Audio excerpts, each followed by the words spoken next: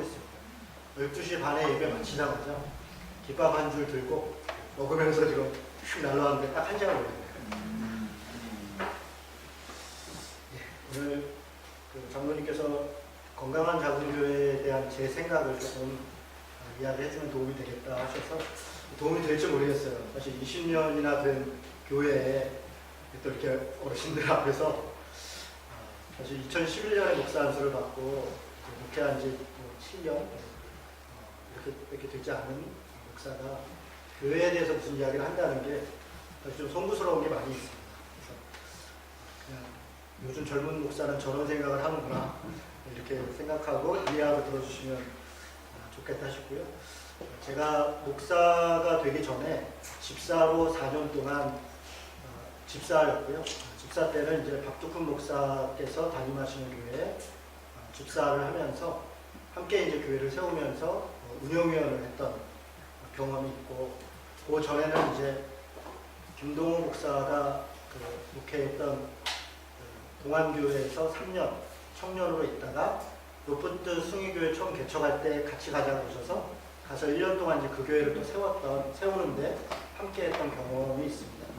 그러니까 로프트 숭의교회라는 그러니까 복음주의적인 이런 보수적 교회에서는 그래도 또 명망이 있고 또 방향이 그래도 괜찮은 교회를 몇 년 경험했고, 박덕훈 목사가 담임했던 새맘교회라는 그러니까 언덕교회라고 하는 또 그런 교회 운영위원과 다양한 것을 시도하는 그 교회에 또 경험을 했고, 그리고 이제 또 제가 교회를 그리고 나서 이제 부천 여기 예인교회라고 정성규 목사 담임하는 교회에서 제가 3년 동안 전도사를 했어요. 신대원을 다니면서 거기 청년부, 중고등부 하면서 또 운영 전반에 대해서 좀 봤고, 그러니까 그런 예인교회 경험, 또 일반 교회에서 전도사 생활을 또 한 3교회에서 했는데 그랬던 경험이 있고, 그리고 제가 또 이제 교회를 개척해서 6년간, 1년은 준비 기간했고 5년간 담임을 했었거든요. 그래서 그런 경험과 이번에 또 새로 하는 경험, 뭐 이렇게 조금 다양한 경험이 있었던 거죠.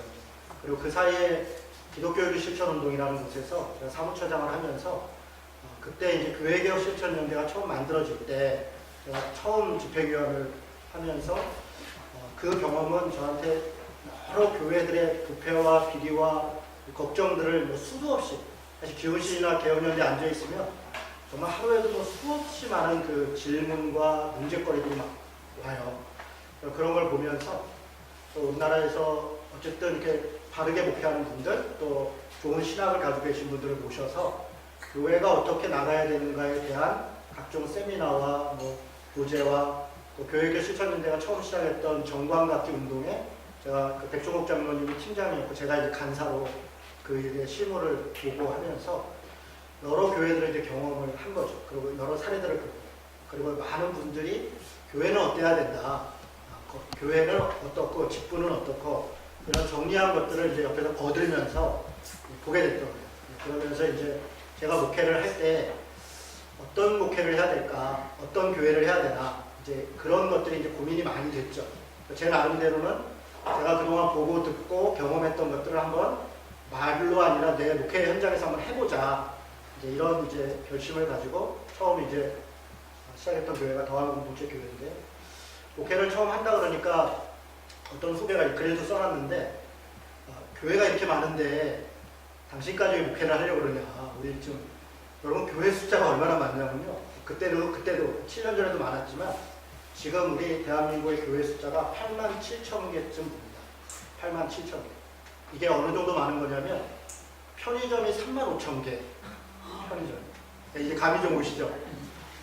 그러니까 편의점의 2배 이상의 숫자가, 교회 많으면 좋은 거지 좋은 게 아닙니다. 너무 과하게 많아서 생기는 여러 문제들이 많아요. 교회가 왜 많은가? 복음 일념과 전도 일념 때문에 우리가 뭐 골짜골짜가 없는 곳마다 교회를 세워서 그런가? 그게 아니고요. 도시에 완전히 집중되어 있어요. 완전히. 왜 교회가 많냐면 목사 수가 많아서 그래요. 우리 80년대, 90년대에 한국 교회를 나쁜 의미든 좋은 의미든 대외적으로 힘을 과시할 때 뭐라고 얘기했냐면 1000만 성도, 좀 뻥튀기 하는 분들은 1200만 성도라 그랬고요. 보통은 1000만 성도, 그리고 5만 교회, 10만 목회자 이랬거든요.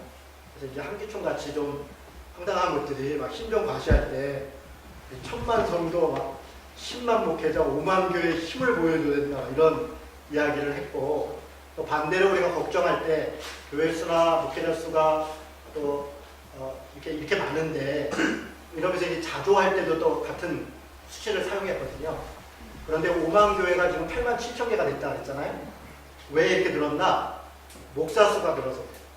목사가 그때 10만이라 그랬잖아요. 지금 목사 수를 정확한 통계도 낼 수가 없습니다. 낼 수가 없는데, 왜냐하면 이 교단을 어디서 국가 입장에서 어디서 관리하냐면 그 문화관광부 산하의 종무과라는 데가 있어요. 거기에 이제 등록된 곳들이 국가 입장에서 인정하는 소위 정식 교단이에요. 근데 개신교 내에서는 그걸 통합하는 데는 아무 데도 없고요. 장로교만 200개 넘는 교파가 있다잖아요. 장로교만.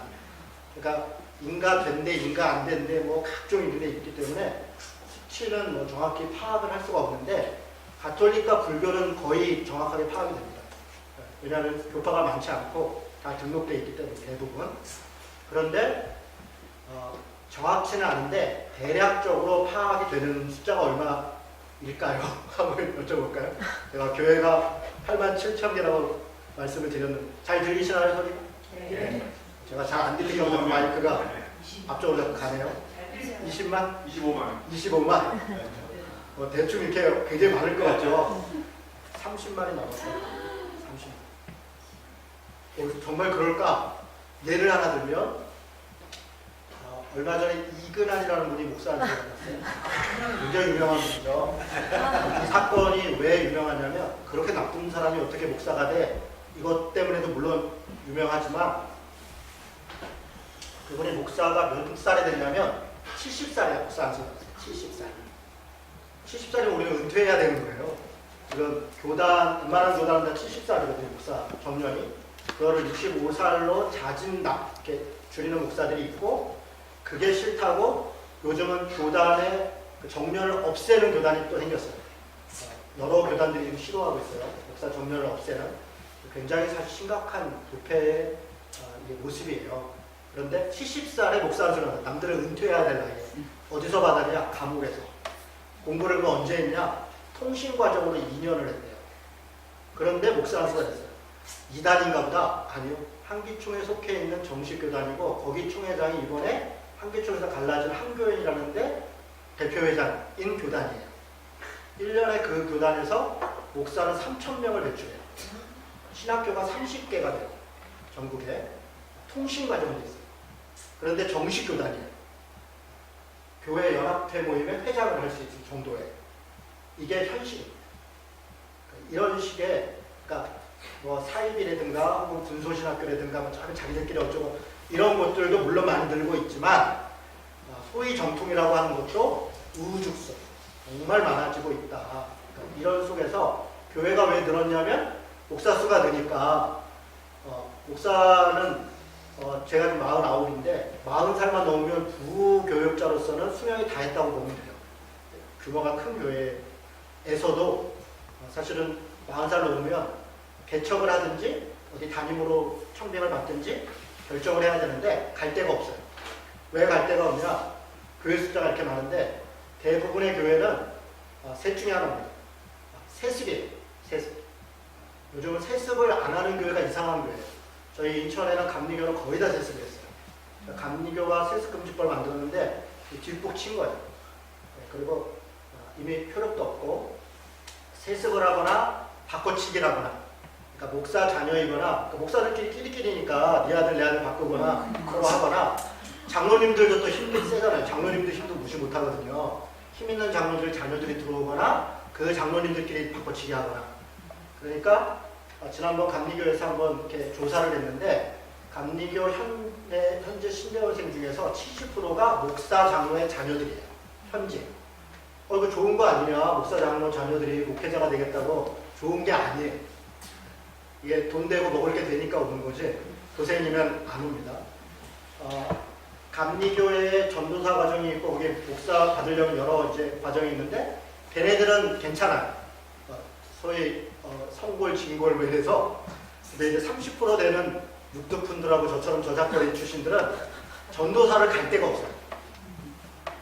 교회 수는 한정이 돼 있고 학생은 많고, 그러니까 이런 친구들은 그냥 거기서도 다 근수저 흑수저로 나눠져 있고, 일단 담임 목사들은 났다 그러면 세습 아니면 유학을 또 갔다 와야 돼요. 공부를 잘하거나 돈이 많거나. 왜 돈이 많아야 되냐? 전임 목사에 대한 그 은퇴비를 그 후임 목사가 주고 와야 돼요. 보통 2억. 네, 보통 2억입니다. 네. 제가 더한문호철교회 150명 되는 교회에서 사임하고 나왔더니 많은 분들이 뭐 좀 받았지? 나 이렇게 얘기를 해요. 저 퇴직금 960만 원 밖에 안 받았고, 제 퇴직금이에요. 그 적립돼 있는. 그러니까 안 믿어요. 제 선후배 목사 사회에서는 안 믿어요. 있을 수 없죠. 150명 되는 교회에 제가 또 월세 3천에 160만 원 되는 2층 지하 되는 예배당 번듯하게, 그거 돈으로 따지면 한 1억도 넘게 드는 거거든요. 그 세월 동안. 그걸 제가 그냥 다 놓고 나왔다니까, 여러분이 들 때 당연하지, 목사 일이 끝나면 뭐 나오면 나오지. 근데 목사 세계에서는 그게 이상해요. 어떻게 그게 말이 돼. 제가 그래서 되게 특이한 목사예요. 저런 목사도 있고, 그러니까 소개되는 목사예요. 그렇게 아무것도 안 받고 나왔대. 이게 소개가 돼. 그러니까 당연한 건데, 제가 그게 잘했다는 게 아니라 당연한 건데, 그게 이상한 현실이 됐어요. 그냥 너무 많은 교회들이 목사의 퇴직금 기준도 없고, 생활비 기준도 없고, 그러다 보니까 그냥 나갈 때 되면 다 이렇게 퉁치고 이렇게 내고 해서 이렇게 적당히. 나겸일 목사가 주한장로에서 나올 때 32억을 받고 나왔어요. 공식적으로. 비공식으로 받은 것까지 하면 거의 100억 가까이 돼요. 그러니까 이게 현실이에요. 조윤규 목사는 공식으로 200억을 받았고 비공식으로까지 하면 1000억 가까이 돼요. 근데 그게 이제 소위 성공한 목사입니다. 그리고 그게 모델이에요. 그래서 제가 이렇게 쭉 말씀을 드리는 이유는 우리 한국교회 현실을, 물론 우리 많은 분들이 다 잘 알고 있지만 생각보다 더 심각하다, 이런 이야기를 드리고 싶은 거예요. TV에서 잠깐 나오는 부패 정도는 사실 조족지연이라고 봅니다. 우리 그런 거 있잖아요. 어떤 TV에 정치가가 됐든 경제인이 됐든 걸려서 10억 횡령했어요, 이런 대충 한 10배 보잖아요. 왜냐면 걸린 것만 보니까 대충 10배 보잖아요. 못 봐도. 그러니까 교회 목사들이 요즘은 언론에 많이 등장하는데 일부겠지. 근데 그거 한 10배, 100배 보면 돼요. 그게 현실이에요. 종교 쪽은 더 언론이 잘 안 다루고 못 다루고 웬만하면 우리끼리 해결하는 게 기업이나 정치나 다른 사회 집단보다 더 많아요, 사실. 실제 그렇죠. 우리도 예를 들어 지평소에 무슨 문제가 있으면 각종 우리 안에서 해결하려고 그러지, 그렇잖아요. 여러 가지 것들 고려해서. 그리고 그게 또 바람직하고. 그래서 언론에 이렇게 많이 등장한다는 것은 또 한계를 이미 넘어섰다 라는 것을 인식할 필요가 있다. 현안 관련해서 한 가지만 더 얘기하고 건강한 자본교회에 대한 제 생각을 좀 말씀드리겠습니다. 2015년에 종교 유형별 인구 조사를 했어요. 통계청에서. 통계청이 10년마다, 원래 5년마다 한 번씩 인구 센서스 조사를 하는데 종교를 10년에 한 번씩 발표를 해요. 원래는 10년에 한 번씩 하는 게 아니라 5년에 한 번씩 해야 되는데 왜 10년에 한 번씩 하냐면 종교 기독교 쪽에서 5년에 한 번씩 하는 거를 못하게 해요. 왜냐면 그게 인구 변화가 너무 많이 떨어지고 변화가 심해서 기독교에 불리하다. 그래서 발표를 못하게 해서 기독교가 못하게 하면 못해요. 기독교가 못하게 한다고 국가가 못하나요? 못해요. 지금은 기독교는 우리나라에서 가장 큰 센 집단이에요. 기독교가 찬성하지 않으면 통과 안 되는 법이 너무너무 많아요. 기독교는 더 이상 마이너리티가 아니에요. 핍박받는 소수가 아니라 한국 사회를 가장 크게 움직이는 정치 집단 중에 하나였어요. 그래서 우리 스스로가 종교를 정치가 탄압한다, 경제가 탄압한다, 이제 그런 용어는 아예 설득력이 없어요. 오히려 종교가 정치를 탄압하고, 종교가 경제를 탄압하고, 종교가 지역 문화를 탄압하고, 종교가 지역 시민사회를 탄압해요. 이번에 충남이 최초로 인권 조례가 폐기됐는데 기독교에서 폐기시킨 거예요.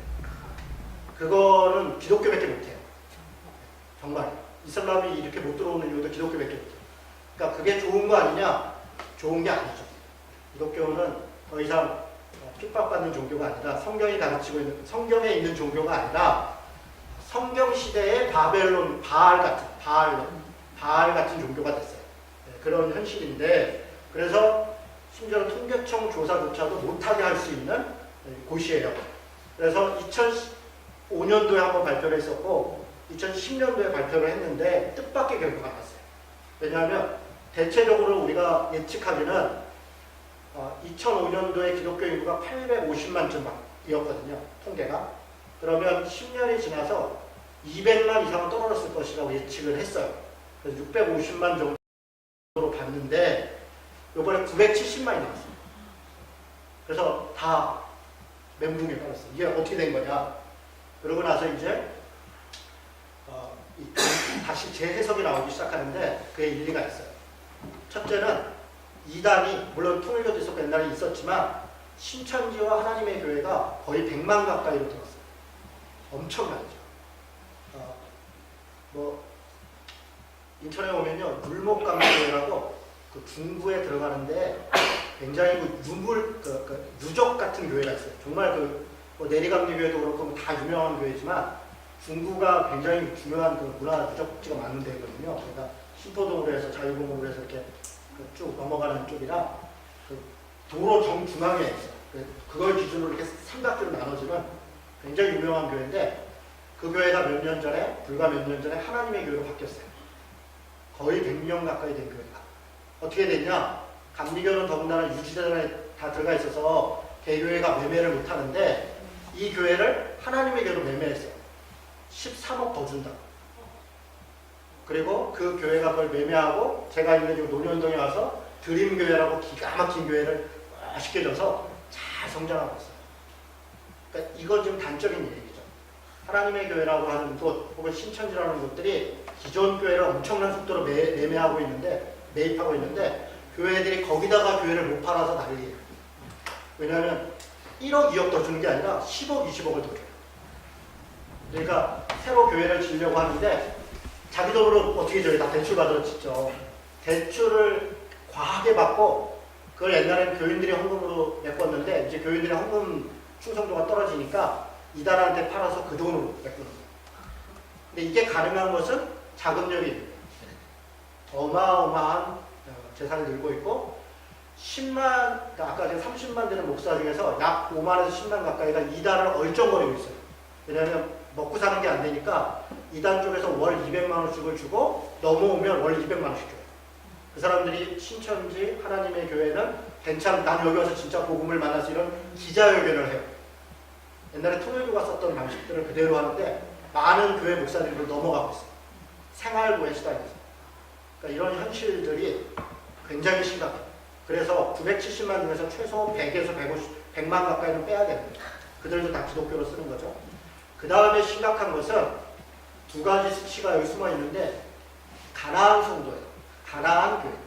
그러니까 교회를 나가지 않는데 기독교라고 쓰는 사람이 최소 100만에서 300만까지 통계를 지금 잡아요.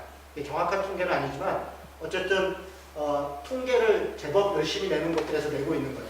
국민일보에서도 한번 나왔는데 소극적으로 해서 100만만 잡아도 아까 이단 사입이 100만, 그쵸? 이거 100만. 그러면 770만 원 떨어지는 거예요. 또 보이지 않는 수치가 뭐냐면 여러분들 느끼다시피 대형교회에 지금 대형교회는 더 성장해요. 또 소위 브랜드 교회는 더 성장하는데 거기에 숨어있는 신자들이 있어요. 그걸 익명의 그리스도인이라고 해요. 그러니까 교회만 다니는 그러니까 문화적 그리스도인이죠. 옆 사람하고 전혀 만나고 싶지 않고 예배만 드리고 백화점처럼 여러 프로그램들이 있을 때 내가 필요한 것만 참여하고 그냥 극장에서 이렇게 영화 한 편 보듯이 백화점에서 쇼핑하듯이 그렇게 안 가면 찝찝하니까 가면 그래도 보험이라도 드는 심정이 드니까 교회 갔다 낚시 가고 교회 갔다 산에 가고 이런 익명의 그리스도인들이 훨씬 더 많아요. 이런 수치들을 재보면 정통 기독교인이라고 하는 사람은 아마 많이 봐야 600만, 적게 보면 500만. 그러니까 반토막 난 거예요. 실제. 그러니까 이 수치가 우리를 속이고 있어요. 더 심각한 수치는 연령대별로 종교를 조사해봤는데 여러분 뭐 느끼다시피 60대, 70대는 기독교가 월등히 많은데 10대, 20대는 완전히 몰락했어요. 가톨릭이 훨씬 많아요. 10대, 20대가. 원래 기독교는 10대, 20대의 종교였다고. 애들이 교회에서 놀았다. 근데 지금은 교회 오는 애들이 이상한 애가 돼요. 친구들, 너 아직도 교회 다녀? 이렇게. 요즘은 지식인 사회나 청소년, 청년 사회에 농담처럼 아직도 교회 다녀? 특히 지식인 사회 더해요. 교수, 뭐 교사, 의사, 무슨 사자 들어가는 직업군에서 교회 다니는 사람 찾기가 쉽지 않아요. 그러니까 교회를 다닌다는 게 굉장히 교양이 없고 문화적이지 않고 뭔가 맹종적인 이미지로 지금은 받아들여지고 있어요. 옛날하고 너무 달라요. 그러니까 청소년들도 그런 이미지로 자기가 편입되고 싶어 하지 않죠. 명지대학교에 제가 강의를 갔어요. 명지대학교에. 명지대는 알다시피 미션스쿨입니다. 처음에는 그 교목실에서 선교단체들과 함께 연합해서 전도 행사를 계획했어요. 그래서 전도 행사를 딱 시작을 했는데 전도 행사의 빌미로 설문조사를 하다가 충격을 받았어요. 왜냐하면 설문조사를 하는데 잘 호응도 없을 뿐 아니라 설문서에 너나 잘해, 개독들이 세금이나 해, 교회 가면 성범죄 당해요, 이런 글들을 막 쓰는 거예요. 그래서 교목실과 그 간사들이 다 모여서 전도 행사를, 왜냐하면 아이들이 자신감이 떨어져서 친구 초청을 못 하겠다는 거예요. 그래서 그 행사를 취소했어요. 취소했는데 한 분이 그냥 취소하지 말고 어차피 잡은 거니까 한번 기독교에 대해서 한번 실컷 이야기하는 시간을 갖자. 그래서 제목을 응답하라 기독교. 네. 응팔이라는 옛날 그 드라마가 이제 유행할 때요. 응답하라 기독교 이렇게 바꿔놓고 기독교에 대해서 약간 신랄하게 얘기하고 한번 대화하는 시간을 갖자. 근데 그 원래 초청을 했던 강사한테 그 취지를 얘기했더니 그분이 손살을 치고 못 오겠다고. 그래서 그럼 누가 와야 되냐? 그러니까 저 인천에 좀 까칠한 사람이 있대더라. 그래서 제가 불려갔어요. 제가 땜빵으로. 가서 이제 갔더니 한 200명 정도 모였어요. 그 중에 100명 이상은 원래 선교단체 아이들이고 한 50여 명 정도가 초청을 받아왔대요. 그 아이들하고 이제 대화를 하는데 그 중에 몇 명이 이제 아주 작심하고 들어와서 저랑 이제 논쟁도 하고 토론도 하고 했어요. 하다가 나중에 중간 일정 수준 지난 다음에 저 뒤쪽에 이제 손을 들기 시작하는 거예요. 그게 이제 선교단체 애들이에요. 선교단체에 열심히 있는 리더들이에요. 그 아이들이 이제 제가 했던 말에 이제 용기를 얻어서 저 우리 교회가요, 목사님이 이러저러한데, 우리 교회가 건축하는데 이러저러한데, 우리 교회 장로님이 어쩌고저쩌고 하는데 저는 어떻게 해야 돼요? 이거죠. 자기는 교회를 정말 가고 싶지 않다. 근데 그래서 제가 왜 그럼 교회를 안 옮기니? 그랬더니 부모님 때문에, 할머니 때문에. 그러니까 부모님 때문에 못 옮겨. 부모님들은 체면 때문에 애들이 나가는 걸 못 견뎌요. 그래서 오래된 교회는 부모님 때문에 다니고 있어요. 부모님 돌아가시면 어느 순간 사라지는 거예요. 조금 앞서 있는 부모님들은 아이들은 너네라도 옮겨라. 이렇게 그냥 그 정도가 있고 대부분의 많은 어르신들은 우리 자녀들과 함께 교회를 다니는 게 옛날부터 꿈이었고 우리 처처님 지금은 체면 때문에 맨날 만날 때도 김수사님 애 어디 갔어? 이렇게 물을 때마다 민망하잖아요. 그래 애 결혼식 때 내가 축기도 받았고 뭐 돈도 받았고 또 받을 것도 있고 줄 것도 있는데 애들 안 보이니까 이게 민망한 거예요. 그러니까 주고받아야 될 것들이 좀 가만히 있어야지. 현실이. 더 심각한 거는 명지대학교의 교목 목사님이 저하고 이제 애프터를 할 때 하는 얘기예요. 명지대는 미션스쿨이라 기독교인이 몇 명인가를 이제 교목실에서 매년 이제 신입생을 대상으로 조사를 해요. 대개 20%에서 25%의 크리스찬 기독교인 애들이 그 학교에 입학을 해요. 그런데 그 해에 몇 프로가 기독교인이라고 체크를 했냐면 몇 프로일 것 같아요? 10%? 15%? 너무 놀랍게도 4%. 근데 이 수치는 두 가지 면에서 놀라요. 너무 낮아서 놀랍고요. 사실은 실제 기독교인 신입생들은 10%가 넘어요. 10에서 15%쯤 돼요. 뭐가 심각하냐면 10% 가까이 된 애들이 기록을 안 한다는 거예요. 이게 더 심각한 거예요. 교회는 다니는데 내가 기독교인인 거를 안 알리고 싶은 거예요. 그렇다면 이게 더 심각하죠. 여러분 지금 우리가 얼마나 심각한 상황에 있는지를 정말 심각하게 제가 여러분한테 만약에 제가 강의의 결론을 얘기를 하라면 저는 여러분들은 사실 이런 강의 들을 필요가 별로 없다. 왜냐하면 우리는 다 천국에서 만날 분들이에요. 건강한 교회 뭐 행복하잖아요. 그 신앙생활 뭐 하루 이틀 한 것도 아니고 목사 설교 제목만 보면 서론 벌렁이는 다 아는 거지. 은혜를 무슨 은혜를 또 받을 게 뭐 있어요. 사실은 맨날 들어준 얘기 또 들어주고 뭐 다 그런 거지. 하는 거지. 어떻게 오리지널하게 안 그래요. 무슨 또 새롭게 뭐가 있어요. 이게 뭐 하루 이틀도 아니고. 문제는 이 모습은 긍정이에요. 아니 저도 그런 줄 알고 얘기하는 거예요. 아니 그러니까 목사님들이 내가 뭐 설교해서 대단한 은혜가 있을 거라고 생각하면 착각이에요.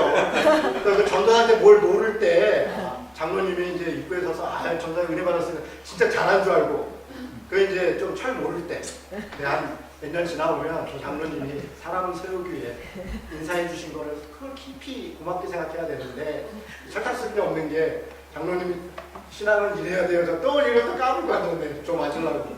그런 게 현실이에요. 아니 근데 거기만 그런다고 사실 우리도 솔직히 뭐 눈 떠보니까 교회였잖아요. 이제 2세대, 3세대인데 지금 목사가 뭐 무슨 뭐 복음이어도 세가족 교육 같이 그런 거 좀 그만했으면 좋겠어. 맨날 지금 한두 번도 아니고 하나님이라는 복음 이제 지겹잖아요, 솔직히. 그러니까 그런 정도 수준의 것을 우리가 하고 있단 말이에요. 그래서 제가 여러분한테 여러분이 제 얘기를 듣고 뭔가 바뀌고 저는 기대도 안 해요. 저는 40 넘은 분들은 특히 신앙생활 10년 이상한 분들은 저는 전혀 기대를 안 해요. 저희 우리 교회 찾아오는 분들한테 아무런 기대감이 없이 알아서 하세요. 저는 진짜 아무 기대가 없어요. 그런데 제가 기대가 있는 사람은 어쩌다 오는 초신자. 어쩌다 오는. 정말 저는 온 힘을 다해서 제가 지난주에 세례를 2명을 했는데 정말 온 힘을 다해서 그 친구들에게 복음을 전하려고 애를 쓰고 그 세례를 준 게 너무 감사한 거예요. 정말 너무너무 감사해요. 두 번째는 다음 세대. 여러분의 자녀들이 정말 교회로 오는 게 행복하고 자발적이고 즐거운가. 그거 딱 보면 알아요. 와서 즐거운 척 하는 게 아니라 복음을 전하는가 보면 알아요. 정말 좋은 건 전하고 싶어요. 내가 정말 누군가가 제가 이 책에서 그 얘기를 하려고 이렇게 사람이 많은데 교회를 왜 만드냐. 그럴 때 제 안에 어떤 질문을 했냐면 나라면 네가 목사인 교회에 신자로 가겠냐. 나 뭐라는 게 아니라 우리 어머니가 그때 당시에 예수를 안 믿을 때예요. 제가 이제 감사하게도 제가 첫 교회에서 세례를 줬고 지금 우리 형님 담임 목사님 교회에 가서 집사라고 있는데 그날 제가 정말 펑펑 울었죠. 너무 감사해서. 그러니까 제가 우리 어머니가 너무 예수 믿었으면 좋겠는데 나라면 우리 교회에 우리 어머니가 오게 하겠나. 오문이 없지. 그게 아니라 그 어머니가 오시면 여기서 신앙을 바로 알고 신자로 자라고 저 장로님처럼 저 집사님처럼 저런 신앙인이 되겠는가 라고 하는 게 정직한. 우리 아이들이라면 그 교회에 보내겠냐 이런 거죠. 내 교회. 내가 담임 목사. 그 질문 앞에 제가 심각하게 고민했어요. 그래서 나는 왜 교회를 시작해야 될까? 고민한 거죠. 지금 마찬가지예요. 여러분의 자녀들이 여러분의 자녀들 여러분 아주 좋은 친구가 이 친구 너무 좋은 거예요. 그런데 야 우리 교회 한번 가보자. 이렇게 하고 있는가? 또 혹은 여러분 주위에 정말 뭐 있는데 우리 교회 한번 가보자. 정말 우리 교회 너무 내가 뭐 다 설명을 못하겠어 내가 그런데 하여간 예수님을 믿는다는 게 너무 좋은 거야. 우리 교회 가면 그래도 저는 그게 기준입니다. 그게 기준. 그러니까 지금 우리 교회가 어디로 갈 것인가 어떻게 가야 되는가의 모든 기준은 약자에게 있어요. 초신자가 약자예요. 초신자가 약자이고 그러니까 장로님, 권사님이 만족하는 만족하고 말고 그런 거 그게 별거 없어요. 똑같은 교회가 그게 그거죠. 초신자들이 어떻게 보느냐. 우리 아이들이 어떻게 보느냐. 특히 중고등학교 제일 까칠한 애들. 그러니까 초등학생들 말고 초등학생들은 엄마 오라면 오는 거야. 아무튼 주워 맞으니까. 근데 중학교 가면 때리려고 그러면 피하는 거예요. 그리고 딱 잡고 그러지 마세요. 나도 다 컸어. 이러고 이제 그 애들이 어떻게 생각하느냐. 이게 이제 제일 기준인 거예요. 그래서 제 안에 이게 고민은 어떤 교회라면 내가 신자로 가고 우리 아이들이 교회에 올 것인가를 고민합니다. 그리고 제가 내린 결론은 건강한 작은 교회. 아니 교회면 교회지 작은 교회는 뭐고 건강한은 뭐예요? 그게 중요해요. 교회는 교회죠. 그런데 지금은 교회가 아닌 게 됐어요. 왜냐하면 교회가 정치보다 기업보다 사회 집단보다 못한 존재가 됐다고요. 그래서 교회됨을 회복하는데 어떻게 회복할 것인가가 앞에 저는 뭐 보수적인 신학을 했으니까 칼빈 얘기를 하는 거죠. 칼빈이 참된 교회가 어떤 교회냐? 세 가지를 얘기했어요. 첫째, 바른 말씀이 선포되는 데다. 두 번째, 바른 성례, 세례와 성찬이 바르게 행해져야 된다. 세 번째는 권징, 치리가 권면하고 징계하는 게 바르게 행해져야 된다. 세 가지가 바로 행해지는 교회가 참된 교회다. 아니, 교회면 교회지 뭐 참된 교회가 있고 안 참된 교회가 있으면. 근데 그 시대에 그랬다고.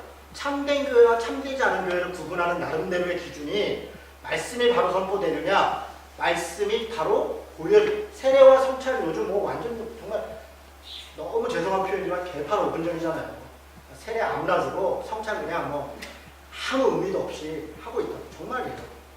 특히 제일 개판이 군대에서 막 그냥 몇천 명 세례 줬어요. 뭐 이런 거를 막 수치 나가려고 난리 부르스. 정말 심각한데 심각하게 생각하지 않는다고. 그러니까 권위가 다 떨어져. 제일 심각한 건 권징이에요. 개교회든 교단적이로든 권징은 있을 수가 없어요. 권징하면 나 탈퇴해요. 권징하면 교회 옮겨요. 권징이 무서워서 치리를 안 해요.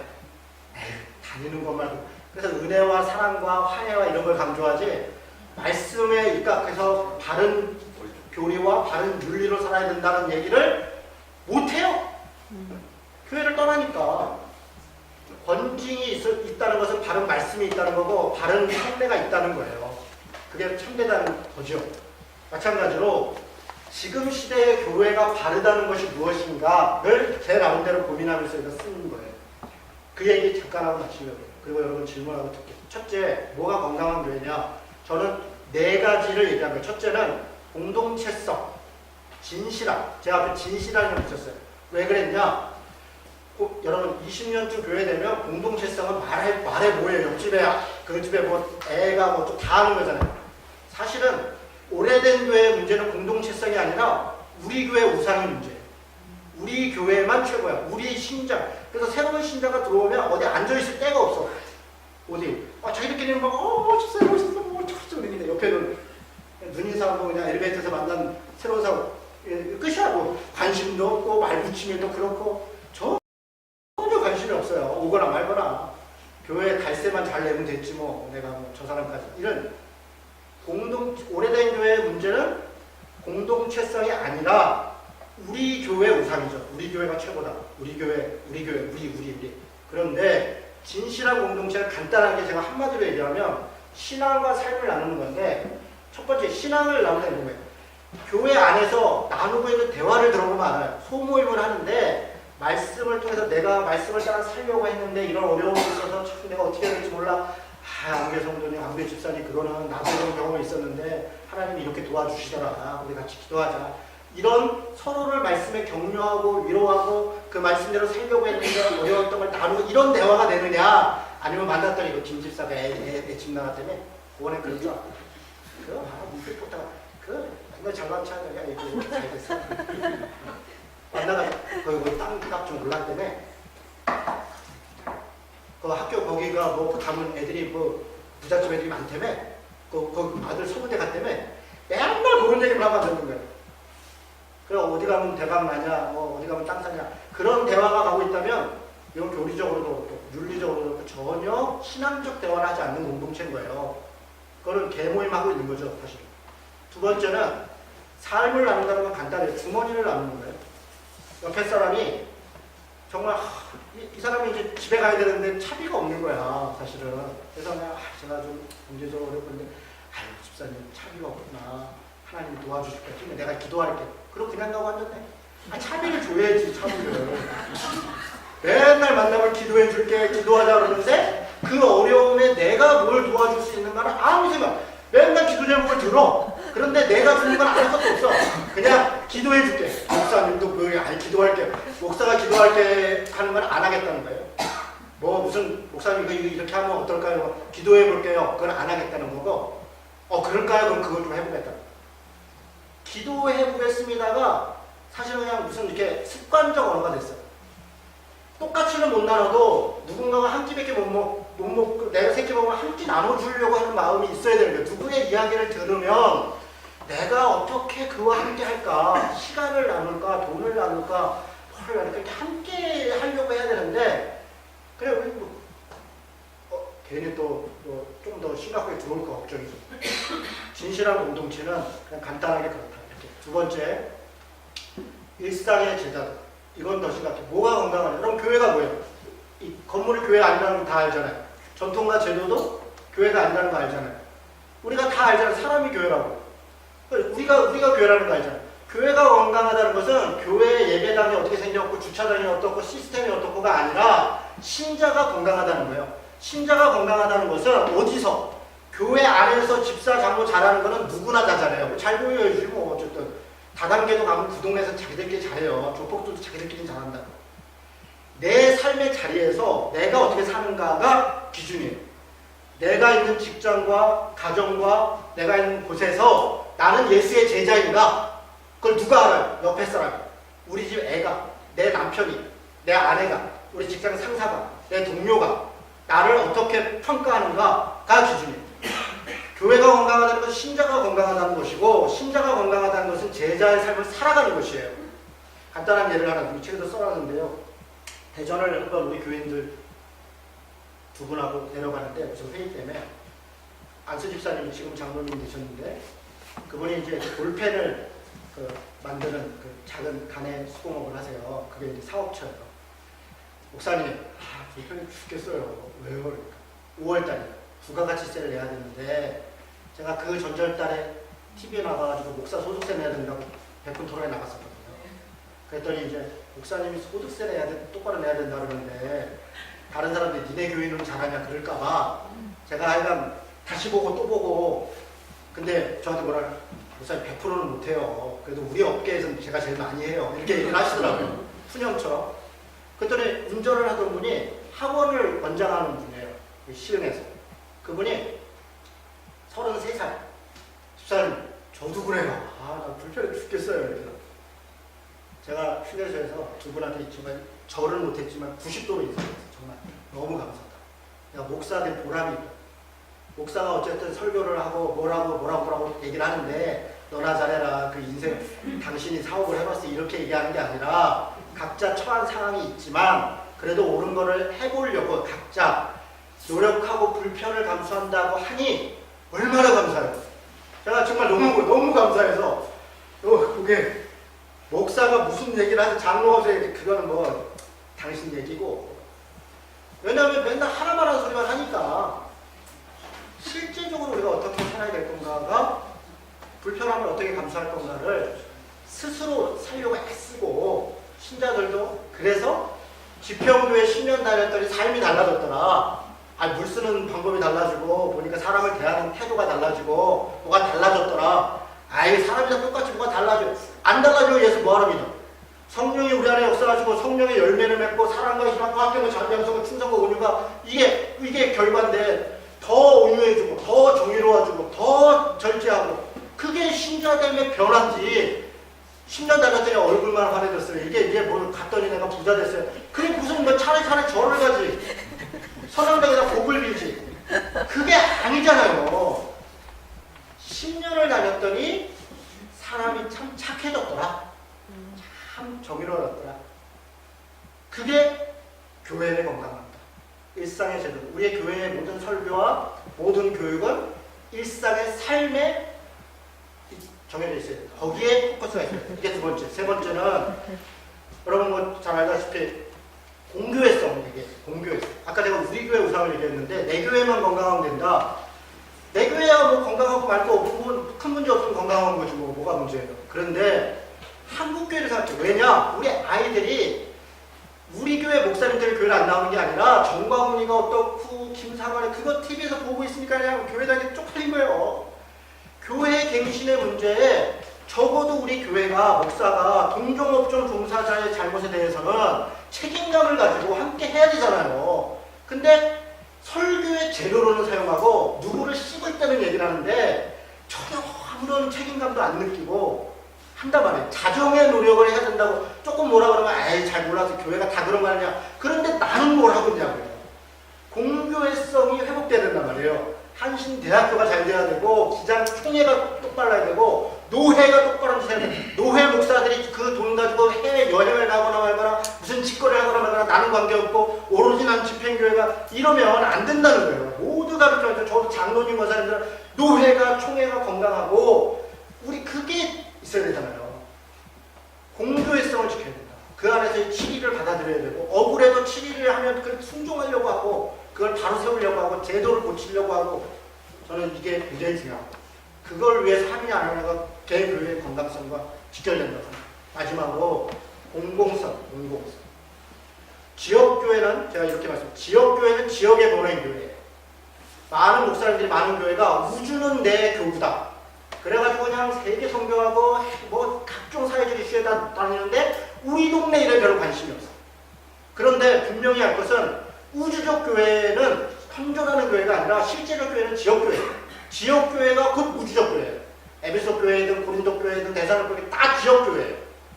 지역에서 우리가 어떻게 신앙생활하고 지역을 어떻게 섬기는가가 우주를 섬기는 거예요.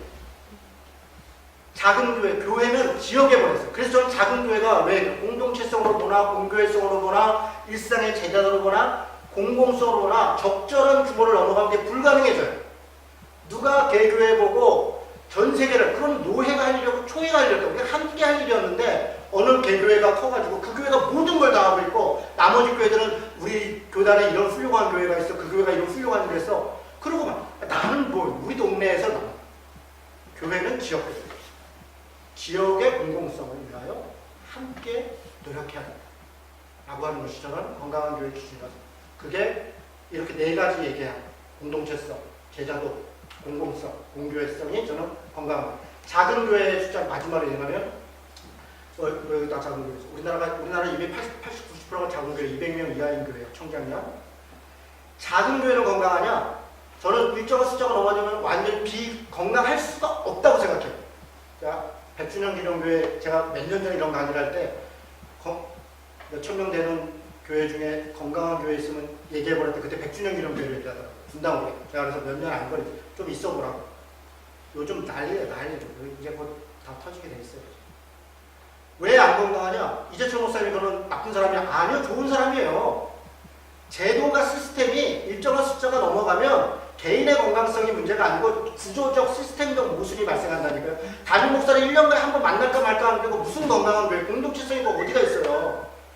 신자들끼리 서로 모르는데 1부, 2부, 3부 아니 1부 교인하고 3부 교인하고 몰라요. 평생을 만날 일도 없어요. 근데 이게 어떻게 공동체예요. 그런데 우리는 착각한단 말이에요. 목사가 설교 잘하면 건강. 목사는 제가 아까 얘기했죠. 설교 거기서 거기에요. 그걸 뭐 자꾸 들어. 아니 좋은 설교가 인터넷에 수도 없이 많은 거 들으면 되지 뭘 그걸 뭐 우리 교회 목사님 설교 잘해요 못해. 못하면 좀 어때? 잘못된 것만 안 하면 되지. 아이고 뭐 사람이 말빨을 셀 수도 있고 못될 수도 있고 그런 거지 뭐 그게 도찐 개찐이에요. 제가 볼 때는. 아 그게 무슨 큰 차이가 나겠습니까 솔직히. 안 그렇습니까? 아닌 것 같은데. 아닌 것 같은데요? 저희 아닌 것 같은데요? 좋은 좋고 다행이에요. 일정한 숫자를 넘는 것 불가능하다. 그러나 작은 교회도 크지 못한 교회, 크려고 했는데 못 큰 교회는 건강한 작은 교회가 그냥 작은 교회다. 그냥 작은 교회는 크지 못한 교회고 그거는 큰 교회를 그대로 답습하고 있는 거다. 작은 교회는 작은 교회의 가치로 그 가치에 입각해서 교회를 운영하고 예배를 드리고 또 제도를 만들고 교육을 하고 그 안에 그렇게 가는 것이 작은 교회다. 저는 그래서 그 내용을 적은 거예요. 작은 교회는 어떻게 얘기하고 어떻게 교육하고 어떻게 갈 것인가.